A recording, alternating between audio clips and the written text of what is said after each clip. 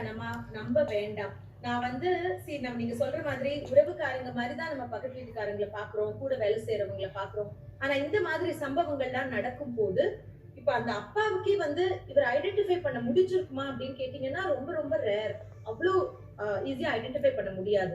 நேற்று மாலை வரைக்கும் அவங்க அப்பா கூட சேர்ந்து அவரும் குற்றவாளியை தேடி இருக்கிறாரு. இதுல என்னன்னா பெருசா அவ்வளவு ஈஸியா கண்டுபிடிக்க முடியாதுமா. அப்போ உங்களோட குழந்தைகளோட உலகம் எவ்வளவு சின்னதா இருக்கும், அவ்வளவு செக்யூரா அவங்க இருப்பாங்க.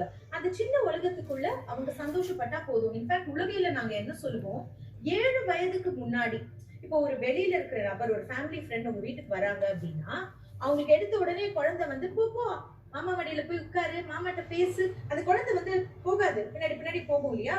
அது வந்து ஒரு நேச்சுரல் ஸ்ட்ரேஞ்சர் ஆங்ஸைட்டி, அது இருக்கணும். அதுதான் நார்மல். அந்த குழந்தைய புஷ் பண்ணி போ, பரவாயில்ல போய் பேசு, மாமா தானே, இவங்க தானே, அவங்க தானே, போய் பேசுன்னு புஷ் பண்ணாதீங்க.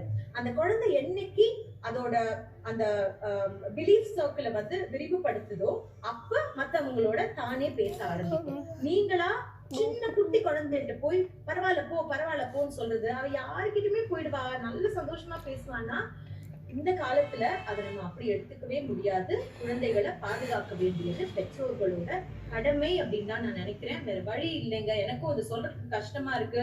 இது அரசாங்கத்திலயுமே எவ்வளவுதான் பண்ண முடியும் இல்லையா? அதனால ஃபர்ஸ்ட் நம்ம குடும்பத்துல இருக்க நம்ம பிள்ளைகளை, குட்டி குழந்தைகளை நம்ம கண்டிப்பா காப்பாத்திக்கணும். அவங்களுக்கு எல்லாம் நான் சொல்லி கொடுத்துட்டேன், இனிமே அவனே தன்னைத்தானே பார்த்துப்பான், ஒரு போல்டு ஃபெலோ, ஒரு போல்டு கேர்ள் அப்படின்னு நம்ம விட்டுற முடியாது. அவங்களோட உலகத்தை சின்னதா வச்சுக்கோங்க. முடிஞ்ச அளவுக்கு பேரண்ட்ஸ் பாதுகாக்கணும். நிச்சயமா.